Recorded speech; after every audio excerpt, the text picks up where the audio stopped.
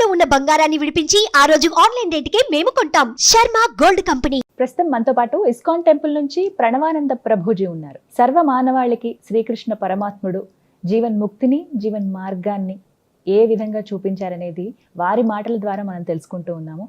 వారు ప్రత్యేకంగా గోవర్ధన్ ఇకో విలేజ్ ముంబైలో ఉన్నటువంటి ఆశ్రమంలో వారు సేవ చేస్తూ ఉంటారు.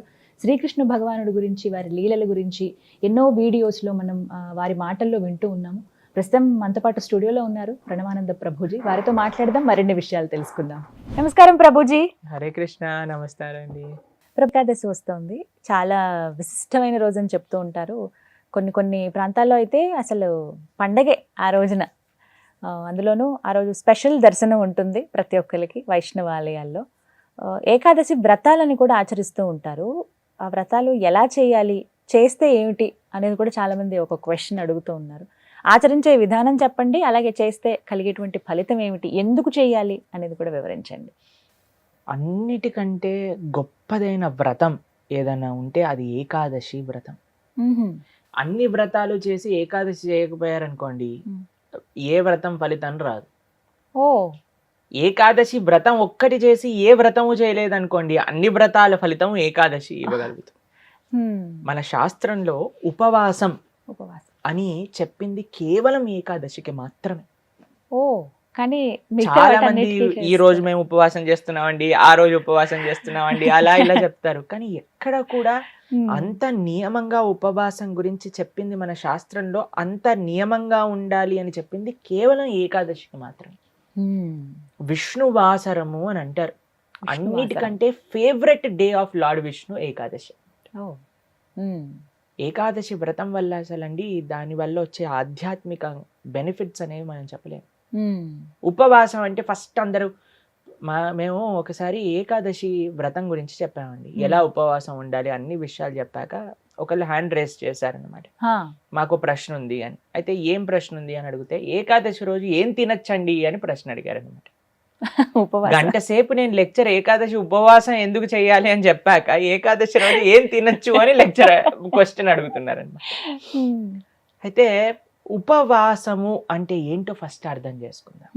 ఉప అంటే దగ్గరగా, వాసం అని అంటే ఉండటం.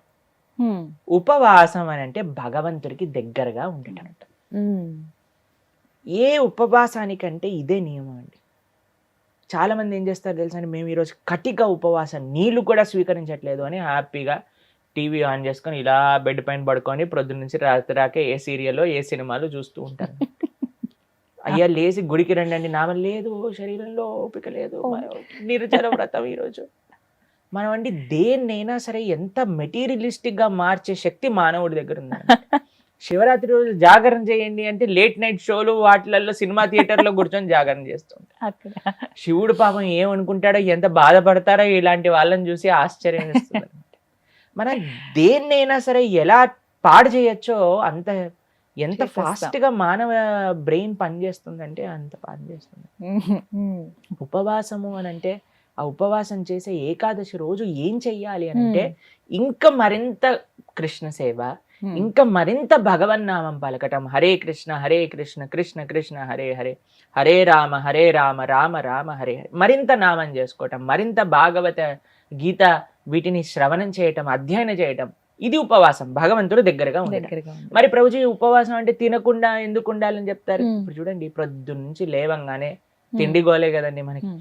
ఏం టిఫిన్ ఏం చేయాలి, దోశలు వేయటం, ఇడ్లీలు వేయటం, అటు వాయిల్ తీయటం, ఇటు చట్నీ చేయటం, ఇటు సాంబార్ చేయటం, పెట్టేయటం. దాని తర్వాత ఇది అయిపోగానే మళ్ళీ లంచ్కి ఏం కావాలి, భోజనం కోసం కూరగాయలు కట్ చేయటం, వంటలు చేయటం, మళ్ళీ తినగానే నిద్ర వస్తుంది, మధ్యాహ్నం పూట పడుకుంటాం, మళ్ళీ సాయంత్రం కావగానే ఇది అది.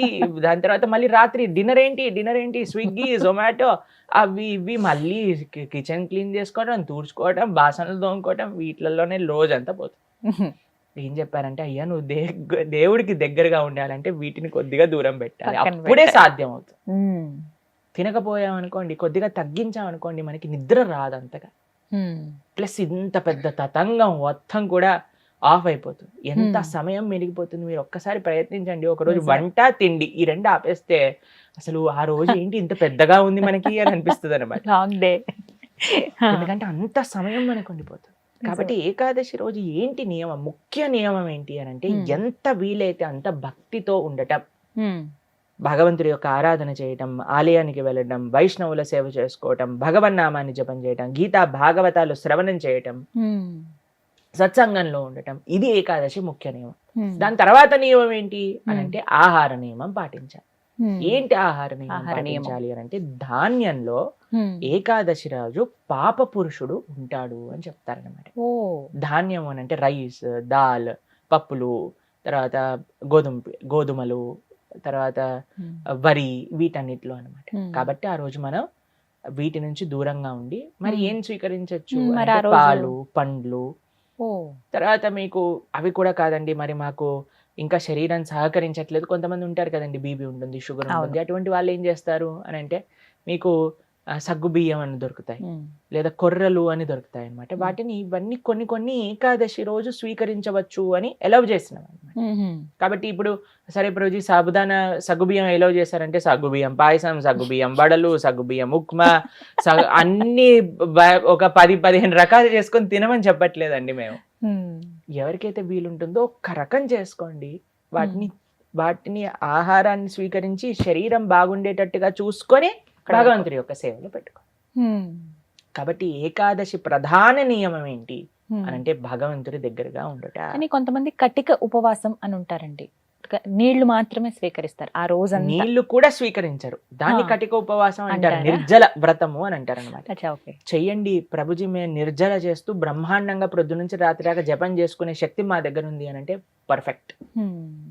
లేదండి మాకు ఏదన్నా లోపలికి వెళ్ళండి, మాకు బ్రెయిన్ పనిచేయదు అని అన్న వాళ్ళు పాలు స్వీకరించండి, లేదండి పండ్లు స్వీకరించండి, లేదండి సగ్గుబియ్యంతో కొద్దిగా ఉండొచ్చా. ఇందాక మీరు అన్నారు కటిక ఉపవాసం కనీసం. చాలా మంది భక్తులు ఉంటారు, మా ఆశ్రమంలో ఎంతో మంది ఉంటారు. మరి మీ విషయం ఏంటి ప్రభుజీ, మీరు ఉండరా అని అంటే మేము మధ్యాహ్నం వరకు మాత్రం నీరు తీసుకోకుండా, ఏం ఆహారం తీసుకోకుండా ఉపవాసం. మధ్యాహ్నం వరకు మధ్యాహ్నం పూట కొద్దిగా పాలు, కొద్దిగా పండ్లు అలాంటివి స్వీకరిస్తాం అన్నమాట.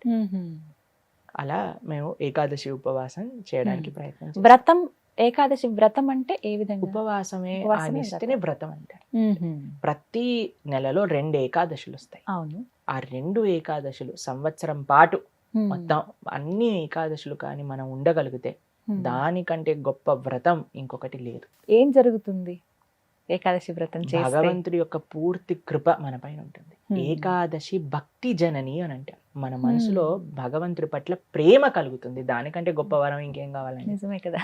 కాబట్టి ఏకాదశి వ్రతం తప్పకుండా చేయాలి. అందరూ కూడా ఆ ఏకాదశి వ్రత మహాత్యాన్ని తెలుసుకోండి, చక్కగా ఏకాదశి వ్రతాన్ని ఆచరించడానికి ప్రయత్నం చేయండి. ఇప్పుడు వైకుంఠ ఏకాదశి చాలా అద్భుతమైన రోజు, మీరు సంకల్పం తీసుకొని ముందుకెళ్ళడానికి. చాలా మంది మమ్మల్ని అడుగుతుంటారు, రోజు మా ఇంట్లో ఎవరో వెళ్ళిపోయారు, లేదా మాకు మైల్ ఉంది, అశౌచం ఉంది, మీరు ఎలా ఉన్నా ఏం జరుగుతున్నా ఏకాదశి మాత్రం పాటించవచ్చు, దాంట్లో ఏం ప్రాబ్లం. ఆ రోజు ఖచ్చితంగా ఇవి వింటే బాగుంటుంది, ఇవి పఠిస్తే బాగుంటుంది. భాగవతం వినాలి, భాగవతం చదువుకోవాలి, భగవన్నామం జపం చేయాలి, కీర్తన చేసుకోవాలి, ఆలయానికి వెళ్ళాలి, కృష్ణుడికి తులసితో అర్చన చేయాలి. ఇవన్నీ ఏకాదశికి చాలా మంచి. ఆ రోజున ప్రత్యేకించి ఉత్తర ద్వార దర్శనం ఉంటుంది. అవును, వైకుంఠ ద్వార దర్శనము అని అంటారు. అన్ని ఆలయాలలో మనకి కలుగుతుంది, చక్కగా దర్శనం చేసుకొని. వైకుంఠ ఏకాదశి కాదండి, అన్ని ఏకాదశులకి ఇవే నియమాలు. భగవద్ ఆరాధన, భగవన్నామ జపం, భాగవత స్మరణ, ఇవే అన్ని ఏకాదశి. కాబట్టి తప్పకుండా ప్రతి ఒక్కళ్ళు చేయాల్సిన వ్రతం ఏకాదశి వ్రతం. ఎవరైనా ఆచరించవచ్చు, ఏ వయసు వాళ్ళైనా కూడా చేయవచ్చు, చేయదగింది అని అంటే కనుక. ఎస్, చేయగలమన్న ఓపిక ఉండాలి, ఆ ఆసక్తి, ఆ నిష్ట ఉంటే ఖచ్చితంగా ఎవరైనా పాటించవచ్చు అంటారు. చాలా సంతోషం ప్రభుజీ, నమస్తే. హరే కృష్ణ. సుమన్ టీవీలో మీ పర్సనల్ అండ్ బిజినెస్ ప్రమోషన్స్ కోసం కింది నెంబర్కి కాంటాక్ట్ చేయండి.